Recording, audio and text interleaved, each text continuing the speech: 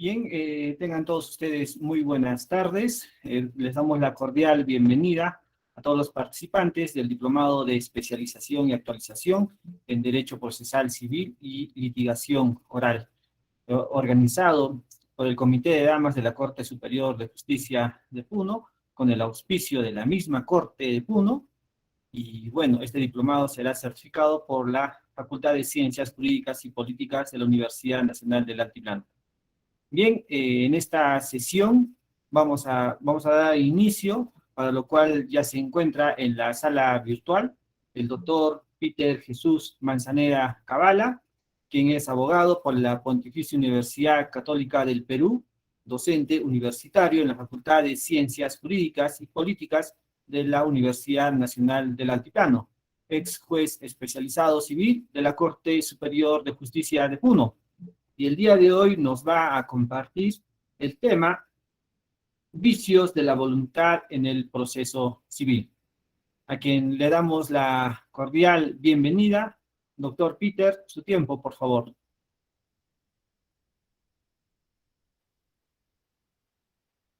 Sí, el audio, doctor, por favor.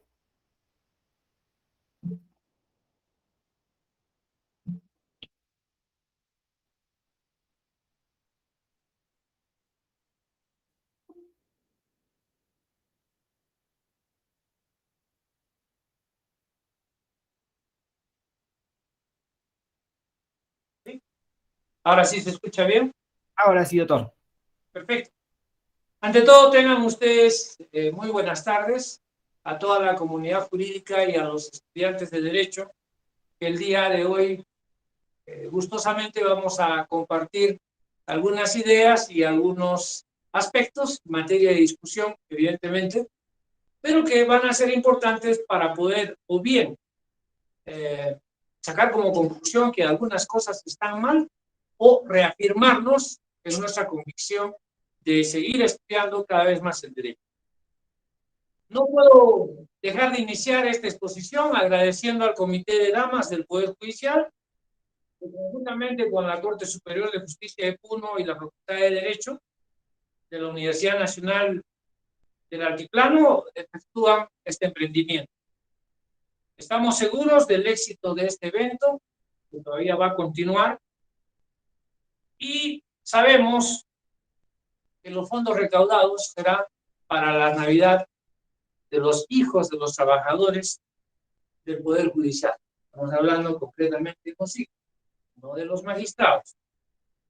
Entonces, solamente para efectos de esta exposición, yo me he permitido, para evitar hacer las diapositivas y que quizás no haya una mayor confluencia de ideas en este aspecto, me he permitido solicitar a los organizadores que en esta aula virtual podamos nosotros desarrollar esta exposición como que fuese una clase magistral o una clase modelo. Y en ese sentido, nosotros vamos a tener, digamos, 4 formas, o lo pondré mejor en números arábigos. Primero, sobre los vicios de la voluntad. Luego vamos a tratar el tema de la visión panorámica del proceso civil. Una visión panorámica. Y acá también veremos el nuevo o el proyecto del Código Procesal Civil. Finalmente, o como tercer punto, los desafíos de la administración de justicia civil, que son muy importantes. Para finalmente, a modo de conclusión o de crítica constructiva, ver la labor legislativa del Consejo Ejecutivo del Poder Judicial. Y en ese sentido comenzaremos nuestra exposición. Nosotros sabemos, y eso lo hacemos directamente ahora, de que las opiniones que vertamos acá son opiniones eminentemente académicas. Y en ese sentido podrán haber críticas, pero todas, por supuesto, constructivas.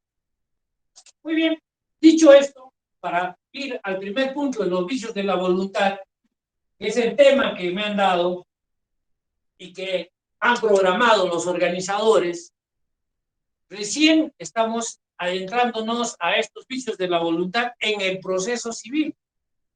Sin embargo, lo que debemos tener claro es que estos vicios de la voluntad se presentan en lo que viene a ser el acto jurídico, que es una norma de derecho material y no de derecho procesal. Entonces, este acto jurídico, al que otros lo llaman negocio jurídico, pero ambos tienen el mismo objeto con disquisiciones materiales de la doctrina alemana, la doctrina francesa, y evidentemente tienen que ver en estos aspectos. Pero tanto en el negocio jurídico como en el acto jurídico, lo que es importante, lo más interesante y lo que determina todo, son precisamente la manifestación de voluntad. Entonces, cuando esta manifestación de voluntad se ve compelida o existe de alguna manera una distorsión, porque lo que quiere el acto jurídico es que lo que nosotros van a disculpar, no tengo muy buena, lo que nosotros estamos pensando, eso tiene que también expresarse. O sea, nuestra voluntad interna debe corresponder a lo que nosotros hablamos o lo que nosotros decimos. Y en ese sentido, cuando hay una discordancia entre lo que nosotros estamos pensando y lo que estamos manifestando o diciendo, es precisamente que se presentan estos vicios de la voluntad. ¿Por qué? Porque lo que yo estoy pensando y lo que yo quiero debe corresponder a lo que estoy expresando. Y en ese sentido, la doctrina y nuestro Código Civil lo que hacen es reconocer cuáles son esos vicios de la voluntad. Y los vicios de la voluntad que nosotros los entendemos son precisamente el error, el dolo, la violencia y la intimidación.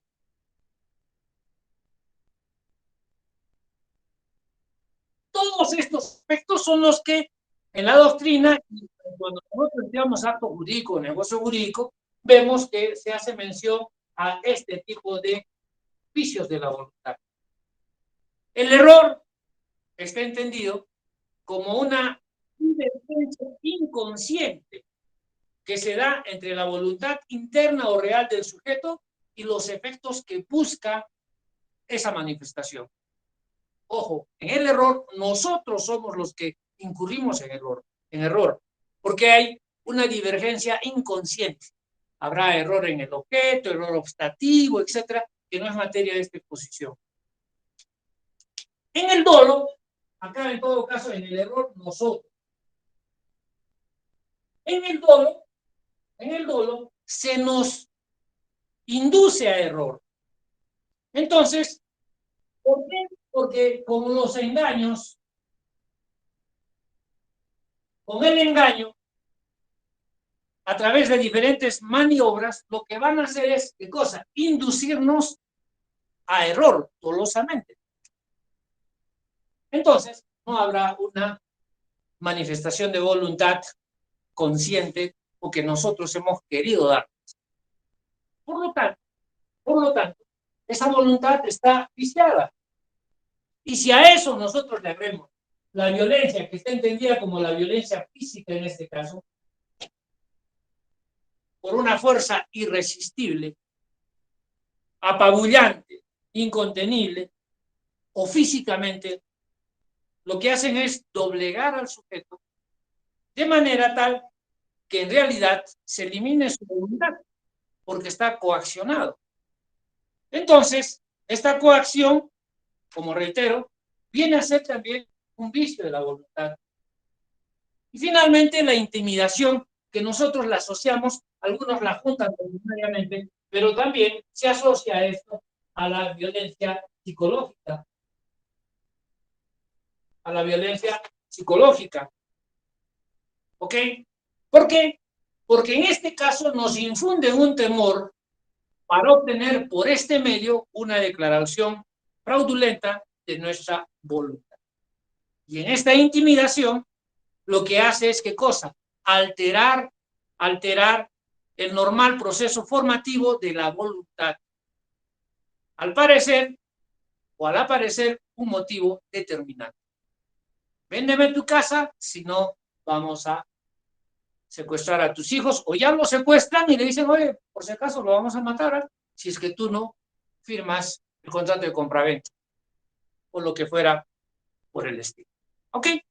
Entonces, siendo lo anterior así, y nuestro primer punto de la exposición de los vicios de la voluntad, nosotros debemos tener en cuenta que estos vicios de la voluntad están en el derecho material y concretamente en lo que viene a ser el acto o el negocio jurídico, que evidentemente es materia de estudio en la doctrina. No es objeto de esta exposición ahondar más sobre las teorías, sobre lo que nosotros estamos viendo en estos vicios de la voluntad, sino lo que vamos a ver es que si estos se pueden aplicar, ¿a qué cosa? Al proceso civil, cuando nosotros pasemos al segundo y tercer punto de este estudio. Por si acaso, tenemos acá los asistentes técnicos. Si es que hay preguntas, pueden hacerlas a través del chat, ¿sí? Para que me las hagan llegar y podemos nosotros ampliar o de alguna manera correlacionar lo que estamos hablando. No tengo ningún inconveniente. Se pueden interrumpir, me pueden dar la pregunta y seguimos en la dinámica de esta exposición. Ok. Ahora sí vamos a entrar al segundo punto, que es una visión panorámica del proceso civil.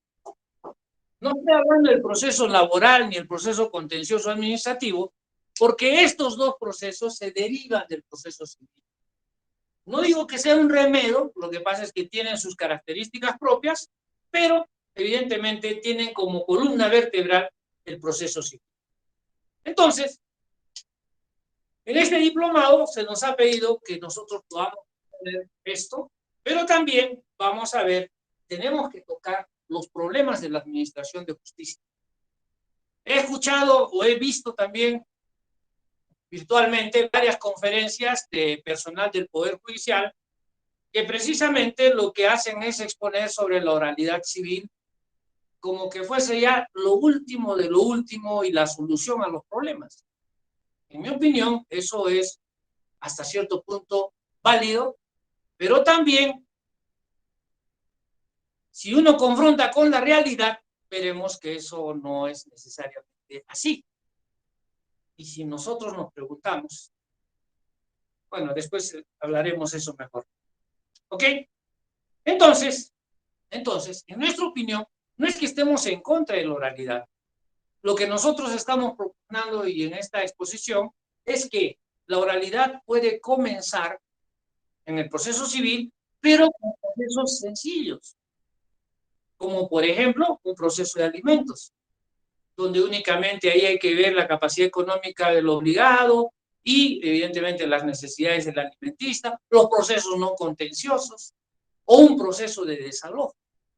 Pero si hablamos de cosas mayores, nulidad de acto jurídico o negocio jurídico, si ustedes lo quieran, anulabilidad, ineficacia, etcétera, donde el caudal probatorio es absolutamente extenso y difícil, y con esta virtualidad todavía, donde no sabemos si a través de lo que están enviando por vía virtual tenga correspondencia con la realidad, es decir, que no sean documentos adulterados o falsificados. Claro está que ustedes dirán, sí, pero nos exigen que presentemos los originales. Claro, pero la demanda ya fue admitida.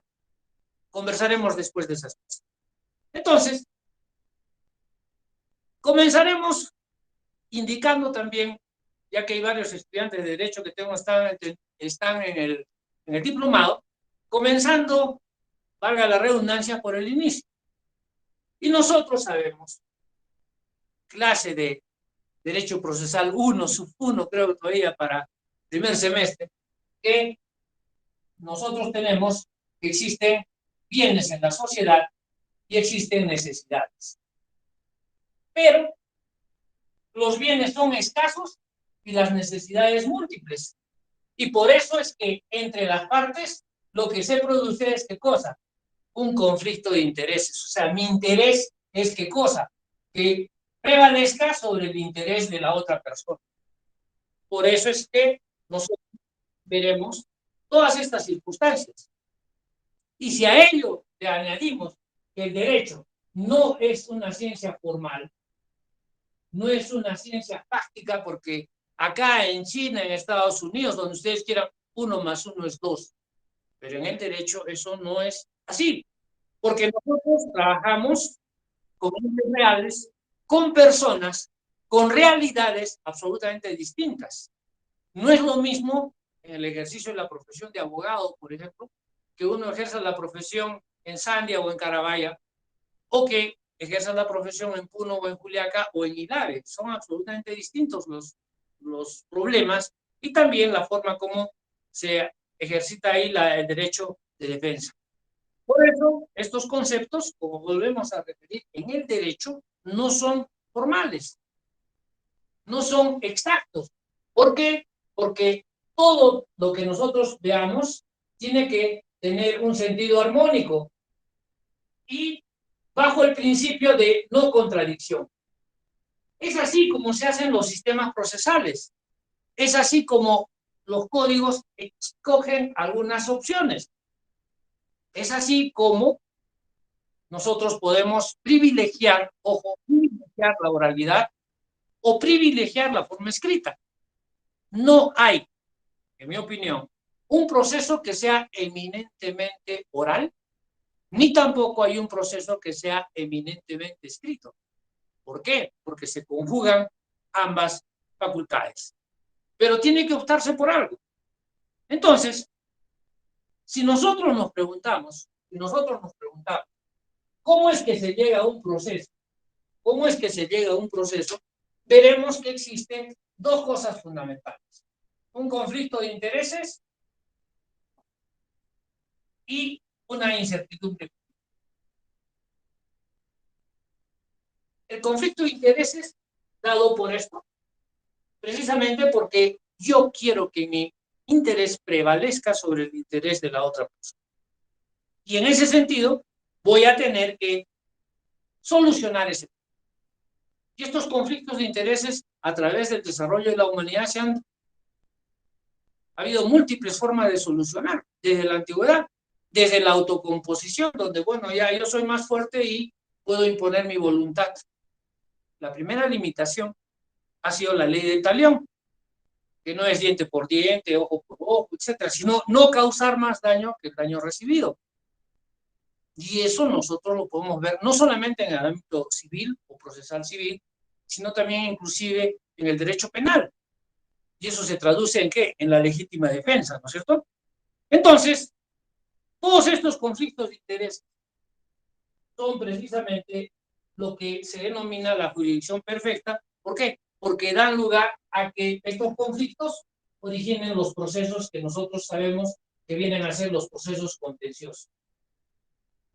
En cambio, la incertidumbre jurídica es aquella en la que se requiere que exista un pronunciamiento, una declaración para que se reconozca un determinado derecho. Y eso son lo que vienen a ser los procesos no contenciosos. En ambos casos, ¿quién es el que va a solucionar eso? El Poder Judicial. Que para mí es el primer poder del Estado. Si ustedes desean, después me preguntan por qué. Contenciosos y no contenciosos. ¿Y por qué el Poder Judicial? Porque constitucionalmente, si nosotros hacemos un revés de todo esto, constitucionalmente, la división de las funciones del Estado, tanto la ejecutiva, la judicial, la legislativa y los órganos autónomos, como es que está legislado en nuestra Constitución, son órganos que están encargados de determinadas funciones. Y el único poder que está encargado de administrar justicia viene a ser el Poder Judicial. Sin embargo, no podemos dejar de mencionar que como se dice que el Poder Judicial causa demora los juicios duran 15, 20, 30 años, etcétera, etcétera. Entonces, ¿qué hacen los especialistas en derecho? Y para darse trabajo también, ¿no es cierto? Lo que hacen es recurrir a los métodos alternativos de resolución de conflictos, los MARCs. ¿Dónde está el arbitraje, etcétera? Bueno, ya mejor no haré mayores alusiones. Esos no son tampoco sistemas perfectos o formas de administrar justicia perfecta. Y si no, veamos qué es lo que ha pasado con nuestro amigo que está en Chayapalca, ¿no es cierto? A través de centros de arbitraje, centros de conciliación, etc. Entonces, estos métodos alternativos de resolución de conflictos tampoco son la solución. Que me disculpen los que son de los centros de conciliación, pero muchas veces nosotros los abogados lo que hacemos es utilizar el centro de conciliación únicamente como nuestra mesa de partes, porque si no, no podemos interponer una demanda, porque es un requisito de la demanda el que se haya acudido, en los casos que la ley de conciliación lo permite, o lo obliga, en otras palabras, que se recurra a un centro de conciliación. Por supuesto, con raras. Y si no, revisemos los centros de conciliación, 3 o 4 centros de conciliación, por no decir uno solo, reúnen las condiciones, sus local, todo, ¿no? Conforme establece el Ministerio de Justicia. Pero si uno va acá en la calle Cajamarca, otros centros de conciliación, etcétera, en una sola habitación tienen su sala de conciliación, sus mesas, o sea, todo completo, en menos de 20 metros cuadrados. En fin, ¿para qué nos peleamos con esa gente? Pero el Poder Judicial es el que va a decidir las cosas, va a atender a señalar para siempre un derecho determinado a través de la cosa juzgada. Cuando nos referimos a que el Poder Judicial viene a ser el primer poder del Estado, que no es porque nos hayan invitado el día de hoy, sino lo que decimos es lo siguiente, porque es el único poder del Estado que puede, ojo, que puede inaplicar una ley. ¿Quién la produjo? El legislativo. Es el único poder del Estado que también puede dejar de aplicar o declarar nulo, etcétera, una resolución suprema, un decreto supremo, etcétera, un decreto de urgencia, etcétera. Ustedes dirán, pero el Tribunal Constitucional, bueno, el Tribunal Constitucional muchos lo consideran como una cuarta instancia, pero quien decide las cosas es el Poder Judicial. Por eso es que nosotros sostenemos que es el primer poder del Estado. Si nosotros hablaríamos políticamente, antes se decía que el Parlamento era el primer poder del Estado. Bueno, eso era en la época del APRA, porque como no había llegado hasta antes del 85 al poder, decían que el poder legislativo era el primer poder del Estado. Cuando ya accedió Alan García y todo lo que ya sabemos en la historia política, ya ese concepto fue puesto en cuestionamiento, ¿cierto? ¿Por qué? Porque nosotros tenemos una constitución semipresidencialista, que no vamos a hablar ahora de derecho constitucional. Entonces, dicho esto, nosotros debemos tener estas ideas absolutamente claras. ¿Por qué? Porque evidentemente cuando se produce un conflicto de intereses o una incertidumbre jurídica, lo que va a suceder es que se tenga que buscar a través del Poder Judicial lo que nosotros estamos buscando ahora. ¿Qué cosa viene a ser la paz social? ¿Por qué existe el Poder Judicial? Para que nosotros no estemos confrontándonos en las calles, pegándonos entre nosotros, etcétera, sino haya alguien que diga a quién corresponde el derecho. Porque es la forma como contemporáneamente se solucionan los problemas. Con una tingencia, aparte de los Marx, el Poder Judicial tiene un factor determinante que es la coerción. Puede ordenar a una persona que haga tal o cual cosa. Aspecto que no tienen los métodos alternativos de resolución de conflictos, porque hasta para ejecutar un laudo arbitral hay que recurrir al Poder Judicial. Y también en el Poder Judicial, en las salas, también se puede ver la nulidad de los laudos arbitrales. Entonces, estos aspectos hacen que este Poder Judicial ejerza lo que nosotros llamamos la tutela jurisdiccional. La tutela. Y esta tutela jurisdiccional nos corresponde a todos solamente porque es un poder que es exclusivo, pero también es un deber. Es decir, es el derecho de cualquier persona que por el solo hecho de ser persona puede, digamos, acudir a que se le dé tutela jurisdiccional. Y nosotros, frente a esta tutela jurisdiccional, lo que tenemos que ver que esto tiene relación con el derecho de acción y el derecho de contradicción.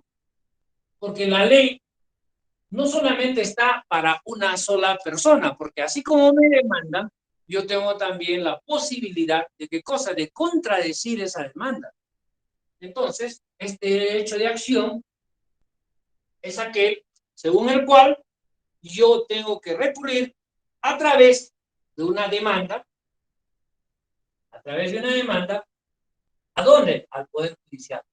¿Para qué?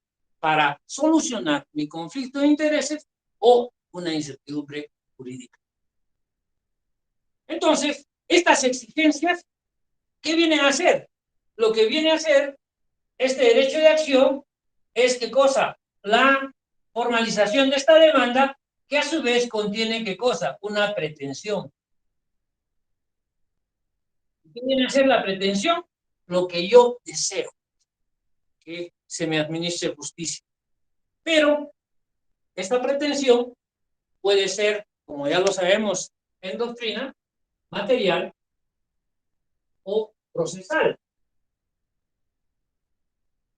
Material, ¿cuándo será? Cuando yo le reclamo a Francisco, por favor, págame mis 20 soles que me debes o los $20,000 que me debes.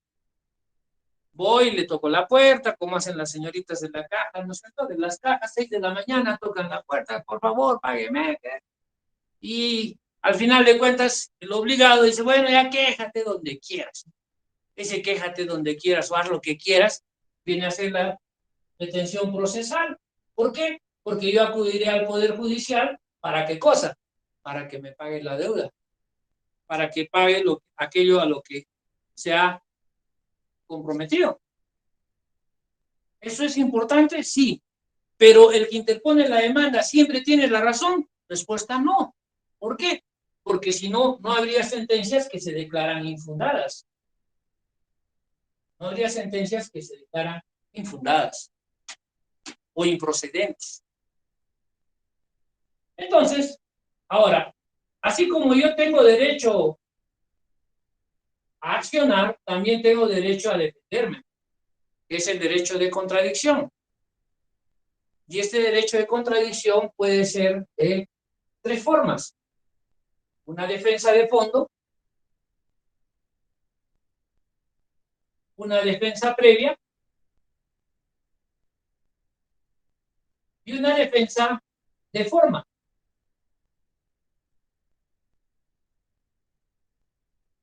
¿Por qué estamos haciendo, por si acaso, haciendo un paréntesis, todas estas explicaciones? Para poder comprender mejor el proceso y los cambios de la oralidad. Como dicen algunos muchachos, ya la sabía, ya, está bien, ahora lo estamos reafirmando más para poder continuar. ¿No es cierto? Una defensa de fondo es cuando yo ataco directamente la justicia. ¿Me debes $30,000? Sí, acá está mi recibo, contesto inmediatamente. Una defensa previa es aquella que está en las normas, donde se exige al litigante que en forma previa haga algo o haga un trámite correspondiente. Por ejemplo, en los procesos civiles lo que se hace es salir por la falta de intento conciliatorio, ¿no es cierto? No tendría legitimidad, dice. ¿Por qué? Porque si la ley me dice que yo para interponer una demanda de desalojo previamente debo recurrir a un centro de conciliación y no lo hago, entonces yo no sé qué excepción voy a interponer. Muchos, excepción de falta de legitimidad para obrar, etcétera. No, es una defensa previa. Y la defensa previa se tramita como una excepción. Finalmente, una defensa de forma es aquella que cuestiona ¿qué cosa? Cuestiona la relación procesal. Cuestiona la relación procesal. ¿Por qué? Y ahí viene el San Benito. ¿Por qué? Porque le falta, dice, un presupuesto procesal o una condición de la acción. Adolece de algo. Y entre los presupuestos procesales, nosotros en nuestra legislación tenemos 3, ¿no es cierto? Acá, la competencia, la capacidad de las partes y los requisitos de la demanda. Y entre las condiciones de la acción tenemos el interés para obrar y la legitimidad para obrar. Disculpen mis garabatos chinos, pero si me demoraría en escribir todo con buena letra y todo lo demás, pero el tiempo apremia. Entonces, cuando hablamos de competencia, ¿qué cosa viene a ser la competencia? El ejercicio válido de la jurisdicción. Y para eso nosotros tenemos ¿qué cosa? Los criterios que hemos establecido, ¿cierto? Materia, cuantía, grado, turno y territorio. Como estamos acá entre abogados también, todo esto es lo que viene a ser la competencia absoluta. Yo estoy acá la competencia relativa. ¿Cuál es la diferencia sustancial? No vamos a hablar de Chovenda, no. Básico. ¿Cuál es lo básico? Lo que debemos saber es que esta competencia absoluta no puede ser modificada por las partes. Yo no puedo modificar el turno de los juzgados, no puedo modificar la cuantía, no puedo modificar, digamos, también la materia, etc. Lo único que nosotros tenemos, a la que podemos renunciar, es la competencia territorial, ¿no es cierto? Por eso es relativa, es decir, si yo deseo, renuncio a esa competencia, y si no, no renuncio. Y para eso también existen las cláusulas de los contratos de sujeción al territorio, ¿no es cierto? Dice, las partes renuncian al fuero de sus domicilios y se someten expresamente a los magistrados del distrito judicial de turno, por decir. Entonces, esto está referido a los presupuestos procesales. La capacidad, ¿qué cosa viene a ser la capacidad? La aptitud de realizar actos procesales válidos en un proceso. Entonces, debe existir correspondencia entre la relación sustantiva y la relación procesal. Y esta capacidad que nosotros tenemos está también a que nosotros somos los que debemos concurrir a realizar estos actos procesales. Sin embargo, acá en capacidad se ve lo que viene a ser la representación, que puede ser a su vez una representación legal, una representación judicial o una representación convencional. ¿Cuál es la representación legal? La que establece la ley. Claro que se declara, hay veces nulidades, porque dice alimentos a favor del menor tal. ¿Quién lo ha pedido? Su señora madre. No, ya exquisitos. Tiene que demandar el niño representado por su señora madre. Pero si eso está en la ley, porque es un menor de edad, la representación legal. La representación judicial es aquella que ante situaciones determinadas se otorga esa representación. Por ejemplo, ¿qué dice nuestra norma? Si somos más de 10 personas que intervenimos, hay la obligación de nombrar un apoderado común. Si se desconoce el domicilio o fallece una persona, en el proceso hay que nombrar un sucesor procesal. Y si es que no comparecen sus sucesores, se nombrará un curador procesal. Todo eso está en nuestras normas, ¿no es cierto? Y finalmente, la representación voluntaria o convencional, Bueno, yo otorgo un poder, pues, al señor Freddy, etcétera, para que me defienda en este proceso. ¿Ok? Y finalmente, bueno, borrar esto para que no nos mareemos mucho, los requisitos de la demanda. Requisitos de la demanda. Eso está en el 424, 425, inclusive viene 426 y 427 del Código Procesal actualmente. Entonces, estos requisitos de la demanda son requisitos de fondo y de forma. Porque si nos falta un requisito de forma, evidentemente nos dará derecho a ¿qué cosa? A subsanar. Si subsano, el proceso continuará. Si no subsano, el proceso se archivará. Y ojo, eso no constituye cosa juzgada, porque la única cosa juzgada es la sentencia, y eso si es que ésta ha quedado consentida y ejecutorial. Mientras que los requisitos de fondo son aquellos que hacen que la relación procesal se establezca correctamente y que evidentemente un proceso pueda, digamos, continuar. Si es que hay un vicio o de esa naturaleza, el proceso no podrá continuar. Si yo reclamo, por decir, una indemnización de hace 30 años, ¿qué nos dice el Código Civil en materia de prescripción extintiva? Que tenemos 10 años para reclamar, 2 años. Entonces, si es que es manifiestamente improcedente, esto no es materia de subsanación. ¿Será materia de apelación? Por supuesto. Será materia de apelación y al final, la sala o el superior jerárquico decidirá si es que aparece o no aparece, si es que se continúa o no se continúa el proceso. No sé si hay alguna pregunta hasta la fecha para continuar avanzando. Doctor, levantó la mano Willy Choque. A ver, no sé si pueda participar. Sí, escucho, no hay problema. O que lo haga por el chat o directamente, no hay ningún problema. Colega Willy Choque, ha levantado la mano, por favor, puede intervenir.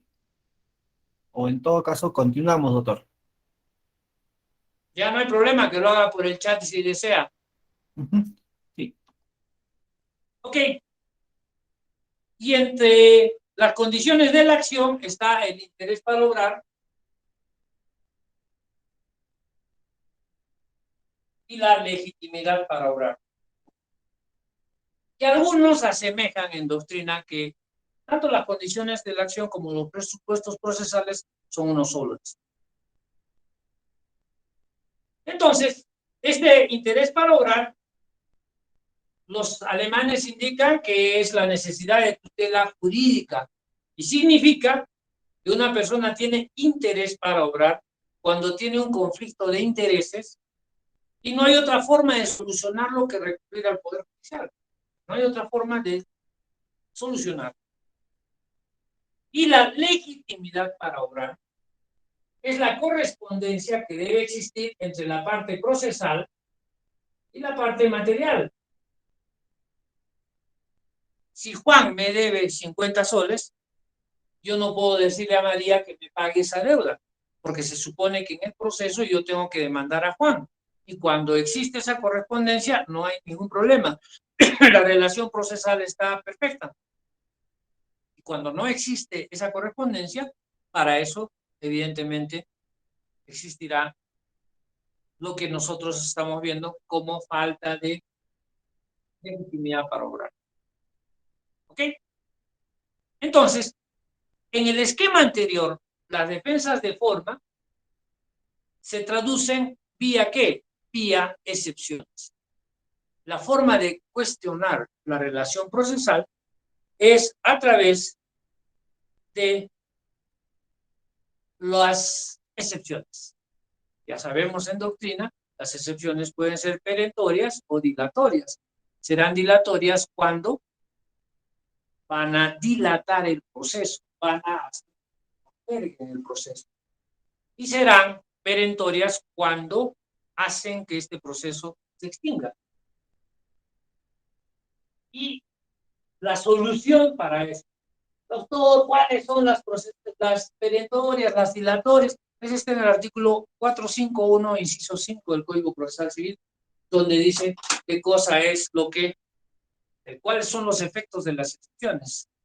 Dar por concluido el proceso, declarar la nulidad de todo lo actual, estamos hablando de perentorias, o dar un proceso para que se use. Muy bien. Eso en términos generales. Pero, ahora viene lo que tiene que ver con la oralidad también.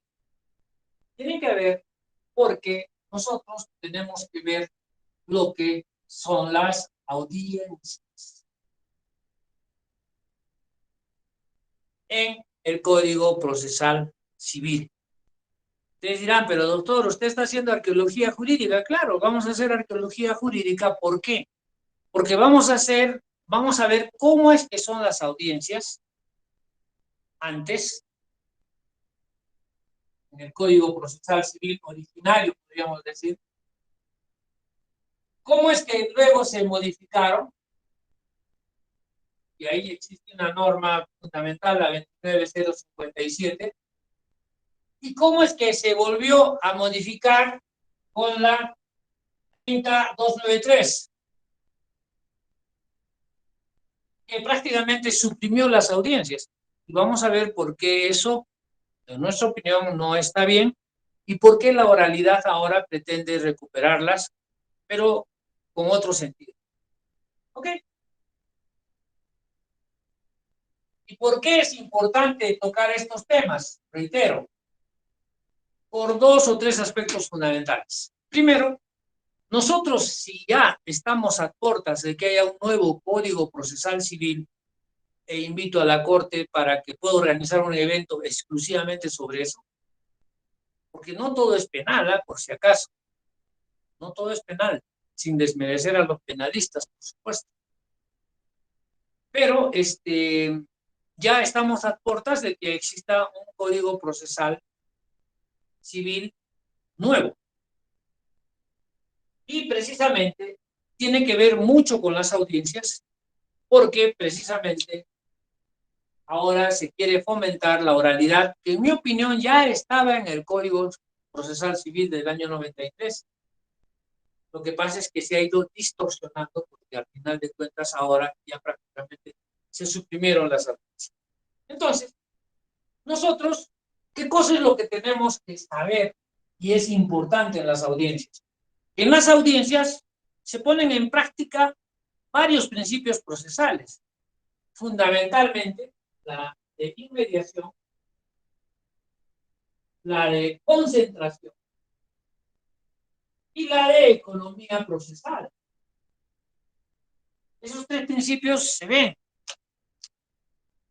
Y en función de eso, hay características principales, como por ejemplo la dirección personal del juez, que son inaplazables, que debe concurrir las partes personalmente, salvo que haya algún poder, las notificaciones, las formalidades del acta, que también con las normas que les indiqué y la modificación del artículo 204, se permitió que estas fueran grabadas en audio y también en imagen.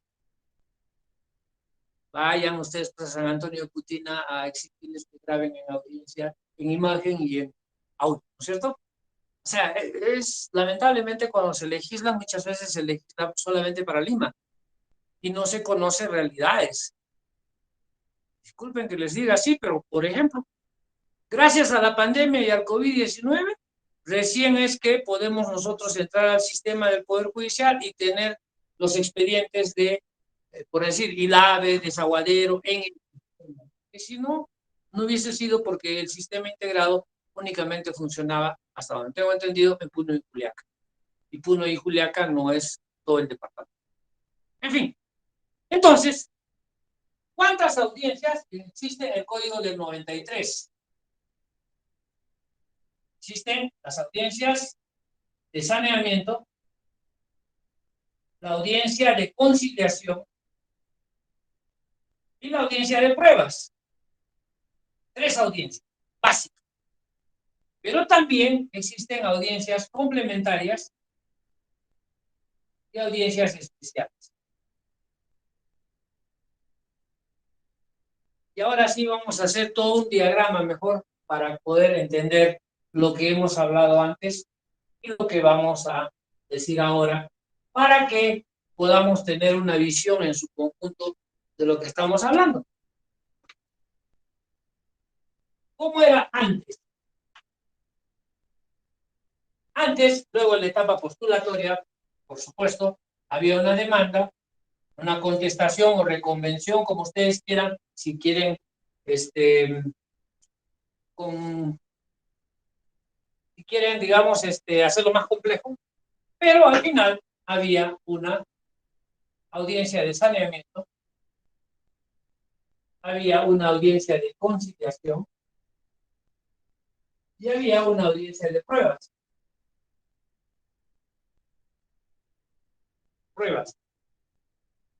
Y en el proceso se podían formular acá cuestiones probatorias, como son, digamos, las tachas o oposiciones, y también las excepciones.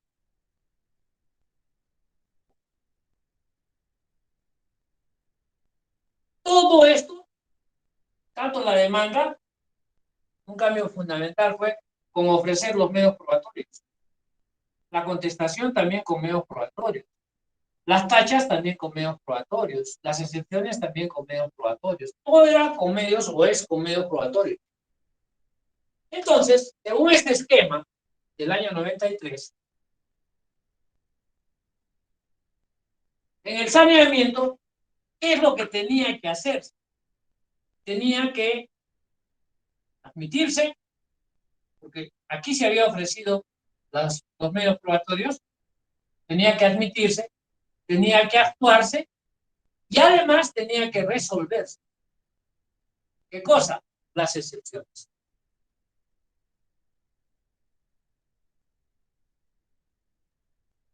Según sea su naturaleza. Si eran excepciones perentorias y se declaraban fundadas, concluido el proceso. Si eran excepciones dilatorias, nos daban un plazo, 10 días, 3 días, un plazo. ¿Para qué? Para subsanar y luego, si subsanaban, bien. Si no subsanaban, concluido el proceso. Entonces, no había que llegar a la audiencia de conciliación ni a la de pruebas, porque precisamente la relación procesal cuestionada mediante las excepciones, porque le faltaba un presupuesto procesal o una condición de la acción, hacían que este proceso no funcione. Mejor dicho, no continúe. Muy bien. Si es que se declaraba acá el saneamiento del proceso, recuerden ustedes el artículo 465 del Código Procesal Civil, el saneamiento del proceso, ¿qué es lo que tiene que ver? Tiene que ver con la declaración de la existencia de una relación jurídico-procesal válida. Si es que es válida, continúa el proceso. Si es que es inválida, pero subsanable, porque hay una excepción dilatoria, se puede subsanar y luego continuar el proceso. Pero, si es que esta es inválida e insubsanable, el proceso no tenía razón de ser. Ejemplo, una excepción de cosa juzgada. Muy bien. Dicho esto, el siguiente paso, ¿cuál era? El siguiente paso era el de la audiencia de conciliación, donde el juez debía invitar a las partes a conciliar. Es decir, bajo este esquema, la conciliación era un aspecto fundamental. y al que nos vamos a referir luego. Entonces, el juez, primero, tenía que ir con el expediente. Porque, ¿qué es lo que va a proponer en la conciliación? No puede proponer algo que no esté en discusión. Tenía que proponer a las partes una fórmula conciliatoria. Y ahora han pasado los años y ya se pueden decir las cosas también. Prácticamente algunos de los colegas me odiaban, ¿no es cierto?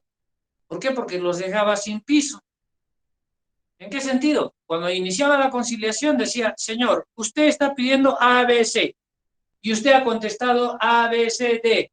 Listo. Ahora, bajo estos supuestos, ¿cómo es que quieren arreglar? Porque si yo le decía, señor abogado, ¿qué es lo que usted quiere? Y me leía toda su demanda. Perdía media hora. Y señor, ¿usted qué ha contestado? Otra media hora, porque siempre hay un protagonismo, un lucimiento, ¿no es cierto? Es que eso está en nuestra idiosincrasia de las serranías, donde precisamente lo que quiere el litigante es que su abogado hable y diga, y si es posible, si le levante la voz, etcétera. Ah, es buen abogado, ¿no? Cosa que ahora eso es absolutamente inconcebible. Bueno, pero así, estoy contando algunas anécdotas. Inclusive lo que se da, y que me disculpen los letrados que están asistiendo a esta conferencia, hay veces los que no quieren conciliar son los abogados. Y yo, por eso me odiaban también, pero no hay problema. Yo 2 o 3 veces he tenido que decirles a los colegas abogados, por favor, doctor, ¿me dejan un segundito con las partes? Pero doctor, yo soy el tercer empate. Y hablaba con las partes y llegábamos a un acuerdo y hacíamos la conciliación. Entraban los abogados, por supuesto, doctores, ya hemos conciliado, vamos a hacer tal o cual cosa, ya con sus caras largas, ¿no es cierto? Pero, total, el asunto era solucionar esto lo más rápido, dentro de los márgenes de lo que dice la ley. Entonces, ¿por qué era importante la conciliación? ¿Por qué? Porque esta conciliación tiene carácter de sentencia. Eso es importantísimo. Si nosotros como magistrados ponemos el énfasis necesario para solucionar un conflicto de intereses o una incertidumbre jurídica, vamos a hacer que los procesos concluyan, pero de manera satisfactoria, no arbitrariamente. Entonces, esos aspectos son fundamentales. Y finalmente, si es que no había conciliación, se tenían que proceder a ¿qué cosa? A fijar los puntos controvertidos. Hoy, como gran cosa, el Código Procesal Civil, el proyecto habla de hechos controvertidos. Bueno, está bien. Con P o con H es lo mismo, ¿no es cierto? Son algo que uno no se pone de acuerdo. Los puntos controvertidos. Luego teníamos que admitir los medios probatorios. ¿De qué? De la demanda, de la contestación. Pero, acá hay la salvedad, si había tachas u oposiciones, que es el saneamiento probatorio, antes tenía ¿qué cosa? Que admitir los medios probatorios de qué? De estas tachas u oposiciones en este estado. Y eso veámoslo en el artículo hasta ahora 301 del Código Procesal, donde el juez tenía la facultad de dejar la solución de esas tachas u oposiciones para la sentencia o resolverlas inmediatamente.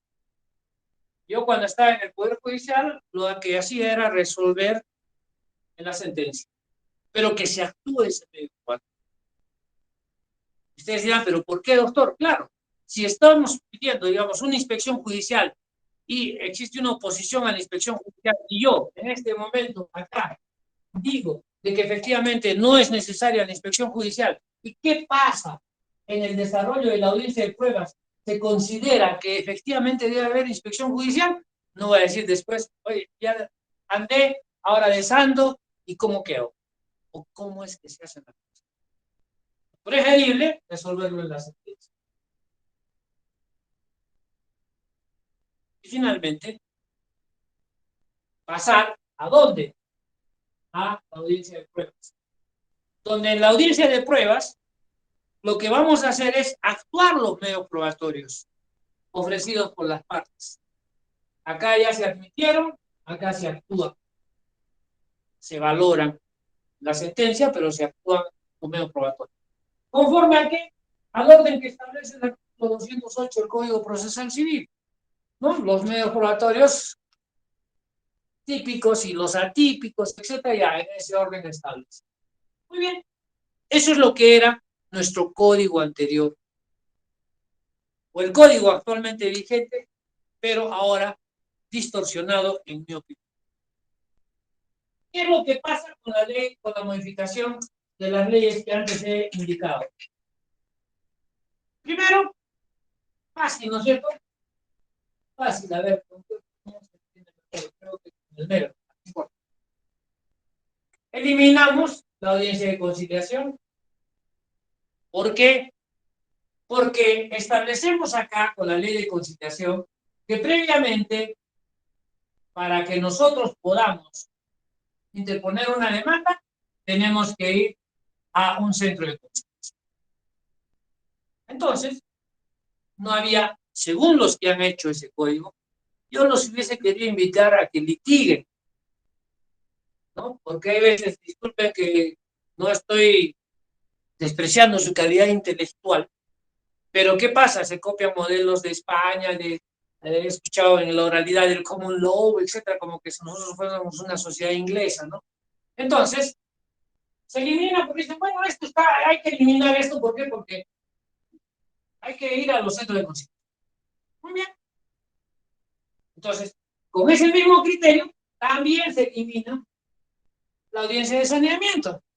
¿Por qué? Porque ahora, eso está en el 468, creo, del Código Procesal Civil, hoy día el saneamiento, las excepciones, se resuelven ¿en qué cosa? En un auto. ¿Por qué? Porque las partes no deben tener inmediación con el juez. Se resuelven en un auto, las excepciones. Y luego de las excepciones, en el auto mismo se dice que las partes fijen los puntos controvertidos. Y si no fijan los puntos controvertidos, el juez lo va a hacer. Estamos eliminando toda esta parte de acá. Y al final, si es que puedo, o si es que deseo como magistrado, convoco a una audiencia de prueba.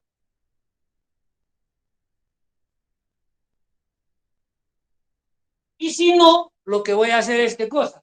Un juzgamiento anticipado que me permita expedir una. Bueno, este es el esquema actual. Entonces, ¿dónde está el principio de inmediación? ¿Dónde está el principio de economía procesal? O sea, economía procesal ellos consideran que es mucho más rápido así, porque no va a haber mayores problemas. Cuando legislan, disculpen que les diga, crítica constructiva o destructiva, ¿cómo lo tomen? Algunos creen que la administración de justicia va a ser más rápida si es que se recortan los plazos procesales. Si antes tenías 25 días para sentenciar, ahora te doy 5 y va a caminar más rápido la cosa. Si antes tenías 30 días para contestar, ahora te doy 15, etcétera, más rápido va a ser. Y eso es absolutamente falso. Y eso nos vamos a referir en el tercer punto que vamos a hablar. Entonces, la oralidad que se está planteando, y por ahí vamos ahora, se hacía acá, en el auto de saneamiento, perdón, en la audiencia de saneamiento, donde las partes podían alegar, podían admitirse los medios probatorios, podían actuarse en los medios probatorios, etcétera, etcétera. Y había ese principio de inmediación. Nos podíamos poner de acuerdo con las partes, por supuesto, en la conciliación. Podíamos cuestionar los puntos controvertidos. ¿Dónde? En la conciliación. Hoy en día acá es un auto, ¿no es cierto? Donde se determinan los puntos controvertidos.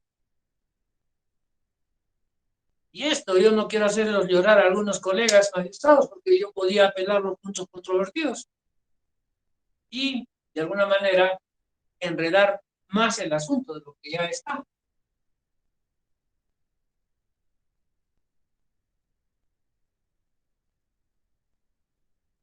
En ese sentido, eran importantes las audiencias. Hoy tenemos este esquema. Y cuando nosotros pensamos que eso debería ser así, entramos a lo que viene a ser el tercer punto de la exposición, que son los desafíos de la Administración de Justicia hoy en día. La pregunta es, ¿la oralidad soluciona los problemas de la Administración de Justicia? Nuestra respuesta es no. ¿Por qué? Porque en primer lugar deben aplicarse solamente para comenzar sobre algunos procesos simples o esenciales, alimentos, desalojos o no contenciosos.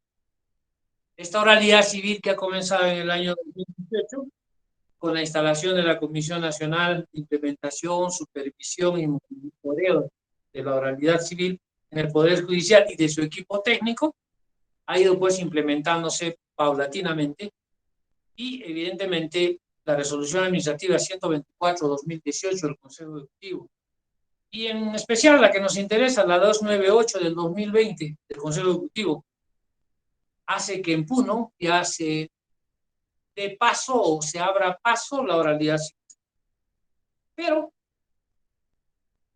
habría que ver cuáles son los resultados. Primero, ¿existe mayor celeridad procesal? Yo sostengo que no. No estoy hablando específicamente de Puno porque estamos recién desde el año pasado.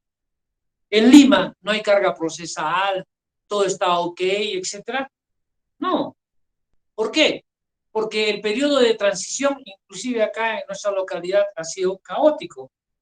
Hay especialistas que califican, hay especialistas que dan trámite, hay especialistas de ejecución, etcétera. Y no hay una norma que establezca en qué consiste la audiencia preliminar, que es una audiencia que está fijada en el proyecto del nuevo Código Procesal Civil. Pero, en fin, no es porque se estén adelantando a los tiempos, porque fácilmente si nosotros, digamos, vamos, y hay abogados que son recontra, malintencionados, malosos, dirían ustedes, pueden sencillamente denunciar a todos por prevaricar. Porque así, señor, no está aplicando la norma. La ley no dice eso. ¿Dónde está la ley que diga eso? Porque hay resoluciones administrativas y en el caso, digamos, de la oralidad civil, lo que hay son cuadros, ¿no? El secretario califica, etcétera. O sea, antes lo que hacía el juez, calificaba la demanda, ahora lo hace el secretario de calificación. Luego, el que alista todo el expediente, etcétera, es el secretario de trámite, ¿no es cierto? O el especialista de trámite, etcétera. Entonces, no es la solución. Porque así como decíamos anteriormente que el problema de la Administración de Justicia no es dar nuevos códigos y acortar plazos, etcétera, habría que preguntarnos si en la Corte Superior, no estoy hablando de Puno, sino del Poder Judicial en su conjunto, existen los equipos adecuados para el personal. La respuesta es no. Y si no, cuando era presencial, vayamos, todos los practicantes que estaban ahí, los meritorios, ellos mismos llevaban su computadora, ¿no? Al servicio del Poder Judicial, porque ellos mismos tenían que gastar su papel, su computadora, etcétera, para contribuir con la Administración de Justicia. ¿Por qué? Porque había esa política que no se adecuaba, salvo que esté equivocado, de las maquinarias o de las máquinas de cómputo, etcétera, adecuadas para este tipo de trabajo. Y, en mi opinión, con esta situación del COVID-19 y todo lo demás, probablemente la mayor parte de los equipos hayan quedado desactualizados. Probablemente, así como los celulares que andan cambiando a cada momento, igual, los equipos sucede lo mismo. yo creo que me convertiría en proveedor de venta de computadoras, impresoras, etcétera. Creo. En fin. Entonces, si a eso le unamos que con el COVID-19 se ha agudizado, digamos, los problemas relacionados a los aspectos presenciales y ahora que son virtuales, y hay trabajo remoto de los trabajadores del Poder Judicial y de los mismos magistrados, ustedes ya saben cuáles han sido los resultados, ¿no es cierto? Creo que han fallecido varios auxiliares o especialistas jurisdiccionales y tengo entendido que uno o dos magistrados. Entonces no puede haber, digamos, un desarrollo en la administración de justicia, etcétera, si no se solucionan esos problemas. ¿Hemos solucionado la situación laboral de los trabajadores del Poder Judicial? La respuesta es no. Seguimos teniendo todavía trabajadores a tiempo determinado, indeterminado, ahora el CAS, etcétera, y todavía hay que si ingresamos a la ley servir, no ingresamos a la ley servir, etcétera. Es decir, nuestra mente no está en solucionar los problemas de los demás, o sea, la administración de justicia, sino está en ver si nos van a renovar el contrato, o qué va a pasar si es que no me renuevan el contrato, con qué voy a pagar mis tarjetas de crédito, etcétera, a las que me he comprometido, en fin. También tiene que ver con la infraestructura. ¿Estamos nosotros realmente preparados o hay esa infraestructura adecuada, sobre todo en provincias o en departamentos como el nuestro? Nosotros, cuando trabajábamos en el Poder Judicial, prácticamente parecíamos judíos errantes. Y eso creo que ha pasado en Juliaca también. Porque estábamos acá en la sede central, hubo un nuevo Código Procesal Penal, nos botaron al Parque San Antonio, al Óvalo ahí, y luego se terminó el contrato, no sé qué cosa, y nos pasaron a la Avenida El Sol. O sea, andábamos rotando, etcétera, ¿no? Y ahora se ha construido una infraestructura, creo, acá en el Girón Cajamarca con Lima, que antes era el juzgado de familia o el juzgado de menores, pero como les gusta que todo esté bien, lo penal es más importante, así como fue el año en que nos botaron de acá. Entonces ahora el penal creo que se ha ido a la infraestructura nueva, ¿no? Para dejar acá los juzgados civiles, etc. Por supuesto son observaciones de un abogado común y corriente, ¿cierto? Ok. Entonces, son problemas que existen en la administración de justicia. O sea, ¿la oralidad va a solucionar ese problema? Yo pienso que hay que aplicarla paulatinamente, en la medida en que esto sea viable y se patentice lo mencionado. No estoy diciendo, doctor, usted tiene una visión catastrófica. No, no es. Estamos hablando de realidades.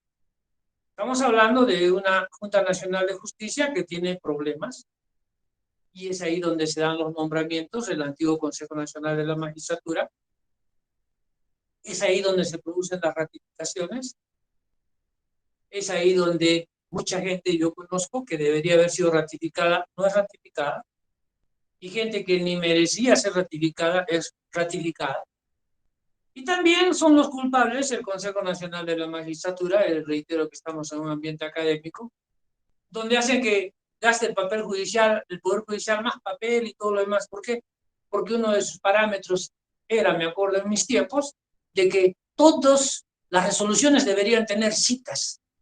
Todas las resoluciones deberían tener doctrina, que no sé. Entonces hacían resoluciones de 10 páginas y al final solamente la parte principal en una página y esto. Bueno, porque esas eran las tablas de calificación.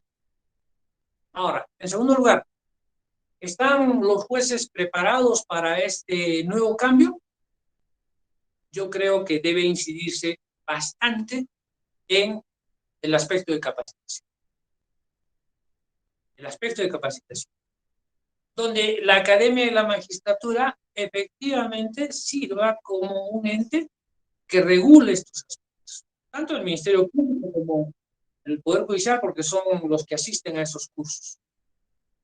En mis tiempos, por ejemplo, cuando yo asistía a la Academia de la Magistratura, y ojalá que hayan cambiado ahora, todos nuestros expositores nos enseñaban que como es en España, como es en Francia, como es en Inglaterra, o sea, sacando lustre de dónde habían egresado, dónde habían estudiado su maestría o lo que fuera. Y cuando yo levantaba la mano decía, doctor, ¿y cómo es en el Perú? ¿Y por qué esto no se hace así? ¿O por qué hay esta realidad? ¿O la otra? Nada que ver. Entonces la Academia de la Magistratura, en mi opinión, tiene que tocar puntos esenciales. Y si va a meterse a la oralidad, no la oralidad que está en el Common Law, en Inglaterra, etc. No, la oralidad de nuestro medio. Y también hay que tener bastante cuidado con la denominación de los jueces superiores, ¿cierto? Entonces, tenemos que tener, valga la redundancia, unos magistrados que sean competentes. Y eso está acá. Y eso tiene que verse en la capacitación de estos magistrados. He visto 2 o 3 audiencias del proceso oral que están colgadas en YouTube, que evidentemente dan mucho que desear. Porque no se trata de resolver por resolver, sino de resolver, pero con disposiciones legales, etc.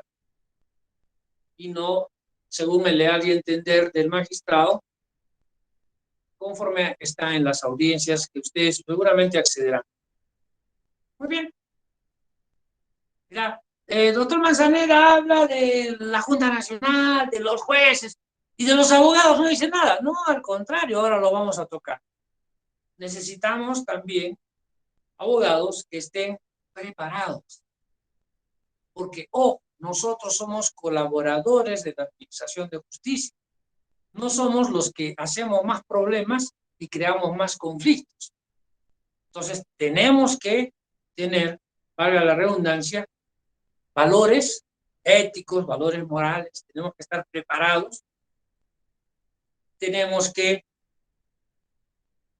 asistir regularmente a estos diplomados, no para tener el certificado, sino también para poder interiorizar u opinar en contra de lo que efectivamente se propone o se dice.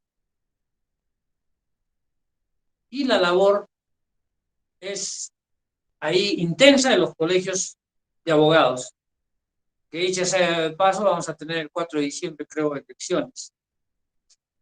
Entonces, pasa también por la formación de los estudiantes. Tenemos que crear, o mejor dicho, inculcar los valores, tenemos que inculcar, digamos, la responsabilidad, el conocimiento, el estudio, etcétera, en los estudiantes. No al facilismo, no a aprobar los cursos como se aprueban, y tenemos que formarlos en valores para que tengan una visión distinta de la profesión.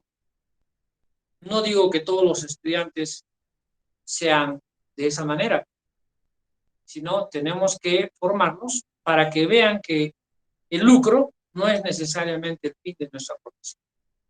Y eso lo vemos en las aulas universitarias. Cuando preguntamos, ¿y usted por qué estudia Derecho? Yo por la justicia, que no sé, medio que se sonrojan o ríen, ¿no? Pero en el fondo están estudiando, ¿por qué? Por la situación expectante desde el punto de vista económico. Todo está perdido catastróficamente, nos están informando esto. La respuesta es no, porque siempre hay una esperanza y debemos estar preparados para el cambio. Y esos cambios se están dando en el proyecto del nuevo Código Procesal Civil, donde ya no hay tanto estas audiencias, sino únicamente 2 audiencias, y se incluye la audiencia preliminar, etcétera, para que se desarrolle en la forma que nos conviene. Finalmente, no sé cuánto nos falta de tiempo. 10 minutos. Finalmente, el último punto, la labor legislativa del Consejo Ejecutivo. Nosotros vemos con preocupación la forma en que se deja al costado ordenamientos jurídicos. Si estamos hablando del Código Procesal Civil en particular, con todas este esquema que nos han planteado de la oralidad, etcétera, nos plantearon en la audiencia preliminar, que no están legisladas ni están vigentes, porque no está vigente el proyecto del Código Procesal Civil. ¿Dónde está la jerarquía de normas? Que no nos han enseñado la pirámide de Kelsen, y que primero está la Constitución, los tratados, la ley, las directivas, etcétera, etcétera. ¿Y por qué desaprovechar que el Poder Judicial tiene iniciativa legislativa? Lo que sucede es de que si se presenta un proyecto de ley como el que está debatiéndose y ahora creo que se va a ver en el Parlamento, siempre y cuando no haya vacancia ni disolución del Parlamento y todo lo demás. Entonces, por eso es que evidentemente hacen que se esté procediendo de esa manera. ¿Ok? Y reitero, eso es para una tesis de derecho. Si quieren de posgrado también o de pregrado, habría que analizar esa función. Si el Consejo Ejecutivo está facultado. No estoy diciendo que hay que denunciarlos, que esto, no, sino que analicemos desde el punto de vista académico qué es lo que sucede y qué es lo que va a suceder. Ok, yo creo que habríamos concluido. Si escribiera algunas preguntas, encantado. Y si no, también encantado por recibirme, pero disculpen la sinceridad, pero estamos en un evento académico. El evento académico es confrontación de ideas y también de pareceres, ¿no? Bien, doctor, las gracias a usted por la conferencia que nos ha presentado el día de hoy. Invitamos a los participantes. Si tuvieran alguna inquietud, pueden hacerlo directamente encendiendo el micrófono o a través del chat.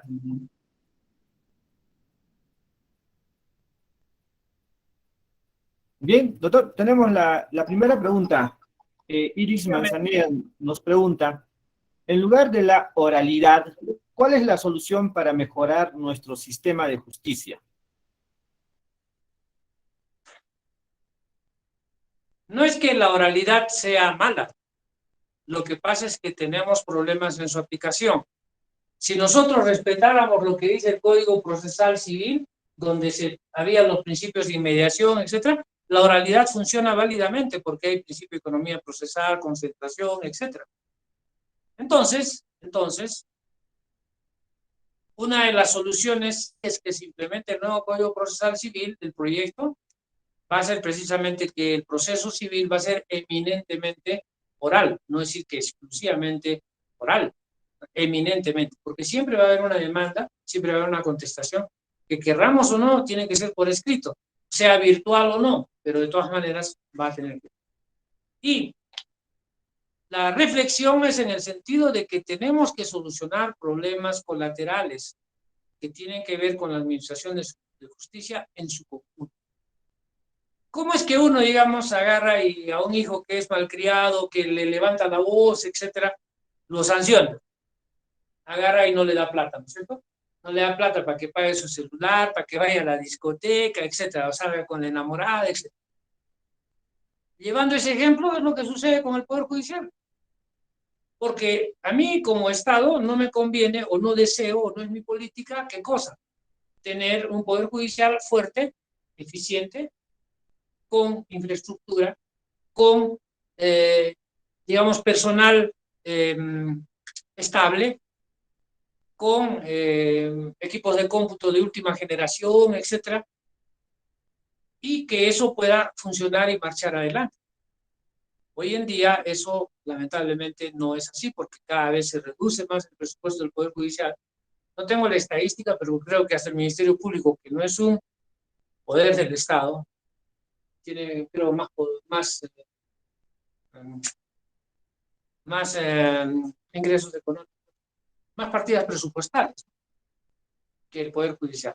Entonces tenemos que partir por ahí. Tiene que haber un presidente de corte que exija realmente lo que corresponde y que el presupuesto sea lo más adecuado para cubrir las múltiples necesidades que existen a nivel jurisdiccional.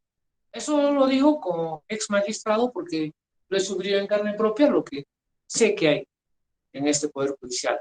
¿Cómo vamos a exigir, digamos, que haya celeridad en el proceso si no le damos al magistrado las condiciones suficientes como para que pueda un momento y sentarse a pensar y hacer él mismo sus resoluciones, hacer él mismo sus sentencias, etcétera. ¿Cómo va a hacer eso si no tiene esa tranquilidad y no tiene personal? Tiene un especialista, un técnico, un auxiliar, etcétera, y esto, ahora que se han dividido los módulos corporativos, peor es el asunto. Pero bueno, esperamos que esas ideas del módulo puedan funcionar y de esa manera satisfacer y lograr lo que habíamos visto al inicio, que el Poder Judicial sea el propulsor de la paz social en justicia. Bien, doctor, muchas gracias. Tenemos la segunda pregunta que nos hacen llegar. Fernando Manuel Barrientos nos pregunta, doctor, excelente ponencia. La divergencia del consciente, entre paréntesis, reserva mental, ¿puede ser causal de nulidad del negocio jurídico?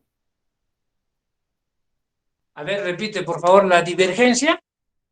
Ajá, la divergencia del consciente, entre paréntesis, reserva mental, ¿puede ser causal de nulidad del negocio jurídico?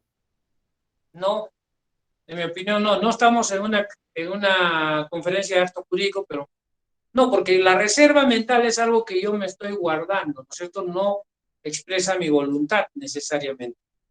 Por eso decimos que los vicios de la voluntad están cuando no existe correspondencia entre lo que yo estoy pensando y lo que estoy manifestando. Y si yo tengo una reserva mental, evidentemente el juez no va a adivinar qué es lo que pienso.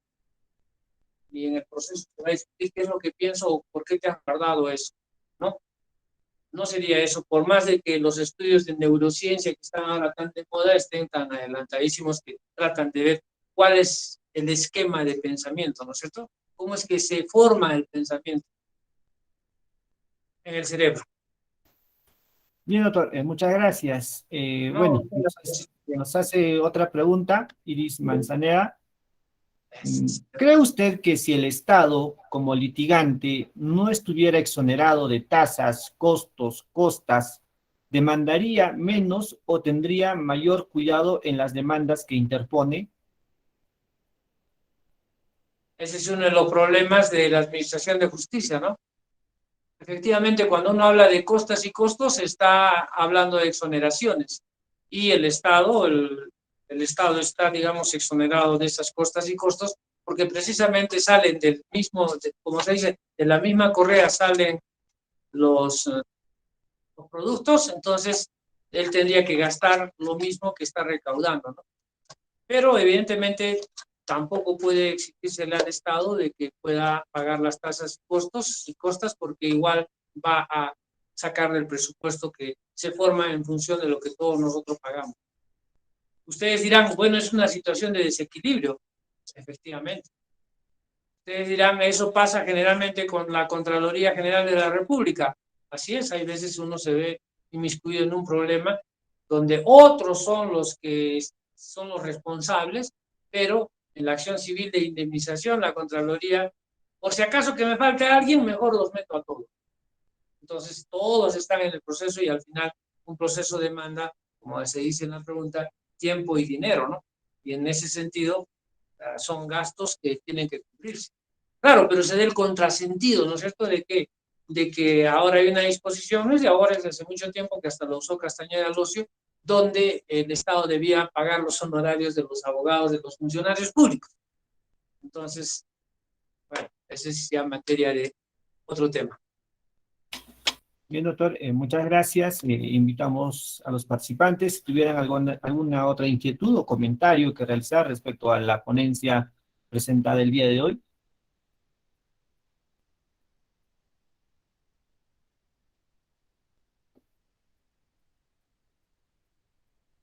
Ya que no preguntan, yo me preguntaré, pues, y me responderé a la vez. Adelante, doctor. Entonces, doctor, ¿cómo es? ¿Hay vicios o no hay vicios de la voluntad en el proceso civil? ¿No es cierto? Porque ya hemos dicho, hay vicios de la voluntad en lo material, el error, la dolo, intimidación, etc. Pero en un proceso judicial, ¿qué vicios podrían darse si hay una defensa que la llaman técnica que es la que va a ejercitar la defensa, hay, digamos, yo puedo inducir a error a quién. O sea, yo mismo puedo demandar algo que no se da, ¿no es cierto? Yo puedo capciosamente inducir a error a mi contrario, claro, o interponer una demanda con un domicilio que no existe porque yo sé que no se va a defender. Claro está que el 141 del Código Procesal Civil dice que uno debe dar juramento de que desconoce el domicilio, etc. Pero eso más va para un fraude procesal. Un fraude procesal. Yo puedo ejercer violencia contra las personas, intimidarlas, etc. Bueno, eso no se da en los procesos judiciales, ¿no es cierto? En el expediente o en las aulas virtuales, etc. Pero puede hacer que impida que ingresen al Poder Judicial. Puede ser de que pongo ahí como sucede, ¿eh? Como sucede, pongo ahí a la mamá, al papá, a los yernos, etcétera, y no lo dejan entrar a una de las partes a las audiencias. Bueno, cuando era presencial, todo eso ya ha quedado subsanado con la virtualidad, ¿no es cierto? Porque ahora, quieran o no, uno puede ingresar y ya no, uno ya ni se puede enfermar mucho porque ya dice, bueno, está usted en otro sitio, pero asista a la audiencia, le dan el link y tiene que asistir, como ahora estamos viendo en esta conferencia. En fin, todas esas cosas yo creo que dependen mucho de el acierto del juez en la dirección de los procesos. Nosotros sabemos que hay todo tipo de abogados, colegas abogados, ¿no? Hay algunos que hablan, impresionan, tienen mucha verborrea ahí, pero si el juez no sabe, fácilmente lo van a sorprender. Y si el juez conoce el derecho como debe ser, evidentemente le va a decir, bueno, era lo que yo hacía, ¿no? Antes, en mis tiempos. Porque me decían, doctor, esto me pongo, que sí, que lo otro, que así, que así. Ah, ya, muy bien. Le daba mi código. A ver, ¿cuál es el artículo que dice lo que usted me está pidiendo? Se ponía a buscar 5 o 10 minutos y decía, doctor, no sé, mi código es el que, bueno, seguramente usted metía con otro código, ¿no? Entonces, claro, eso es para cuando, bueno, siempre pues abogados que impresionan, que así, que así. A ver, doctor, dígame en qué artículo está lo que usted me está pidiendo. Y no sabían descifrar. Y eso lo pueden dar fe los auxiliares jurisdiccionales que han trabajado conmigo, que prácticamente estaban ahí, que se mataban de risa en las audiencias, ¿no? Porque hay de todo. Y hay una cultura del litigio increíble, increíble, ¿no? Y piensan siempre que el abogado que más grita, el que más resalta, el que más hace las cosas es buen abogado, que me ha hecho quedar bien, y eso no es así. Hay magistrados que, evidentemente, si tienen una adecuada formación y sobre todo son respetados y respetables, olvídense, los procesos van a actuar bien, sin ninguna duda. ¿Okay? Bien, bien, doctor. Bueno, creo que ya no hay más preguntas. Todo seguramente ha quedado muy claro, doctor. Ya en la Perfecto. parte, ajá, ya en la parte final, no me queda más que agradecerle a usted por haber aceptado la invitación de parte del Comité de Damas de la Corte de Puno y agradecerle también en nombre de la Facultad de Ciencias Jurídicas y Políticas. Muchas gracias, doctor. Dios mediante, hasta una nueva oportunidad. A ustedes las gracias más bien y quede el compromiso de organizar sobre el proyecto del Código Procesal Civil para que haya un intercambio de ideas y vean los cambios que se están suscitando. Y reitero, no todo es penal. Hay áreas importantísimas como laboral, administrativo, civil, etcétera, que merecen nuestra importancia y dedicación. Muchísimas gracias y disculpen si es que he sido muy directo en algunas apreciaciones, pero es lo que la experiencia me señala y además los años que uno tiene y la libertad académica que uno puede establecer tanto en las aulas universitarias como en los debates académicos que pueda haber. Por eso algunos de mis colegas, algunos de mis alumnos decían, doctor, usted ya, yo les decía, no, ya yo el 2013 ya estoy muerto desde el 2013. Y dije, ¿y por qué? Claro, porque ya estoy en otra vida y en mejor vida, porque ya no tengo que estar como los magistrados de ahora, con las estadísticas, con el número de sentencias, que haga usted esto, haga usted lo otro, cuál es su cuadro estadístico, etcétera, ¿no? Pero también tengo que agradecerle al Poder Judicial que gracias a él soy diabético, por la preocupación y todo inconvenientes que hay, probablemente si ustedes hacen un censo, varios magistrados y trabajadores del Poder Judicial tendrán esa enfermedad precisamente por la atención y la dedicación que le dan al trabajo, ¿no? Muchísimas gracias y hasta otra oportunidad. Muchas gracias, doctor. Bien, bueno, agradecemos la participación del doctor Peter Manzanera Cabral, que nos ha acompañado el día de hoy. Y a los participantes, comunicar que la próxima sesión será la próxima semana, un momentito, el día 2 de diciembre, donde se tendrá la participación del doctor Beni José Álvarez Quiñones con el tema la valoración de la prueba en el proceso oral. El enlace Meet va a ser otro. Se ha enviado a los correos un cronograma actualizado a través del correo del Comité de Damas csjp@gmail.com. Por favor, lo pueden revisar a las personas que no les ha llegado. Me pueden escribir vía WhatsApp y podemos, quizás haya habido algún error respecto al correo, ¿no? Como ha sucedido en varios casos. El Meet va a ser otro, no obstante ello volveremos a enviar, y también, como siempre, pueden escribirme por WhatsApp y yo les hago llegar el enlace Meet. El día 2 de diciembre a las 5 de la tarde. 2 de diciembre cae el día jueves, nos vemos en esa fecha. Bien, tengan todos ustedes muy buenas noches y gracias por su participación. Buen fin de semana.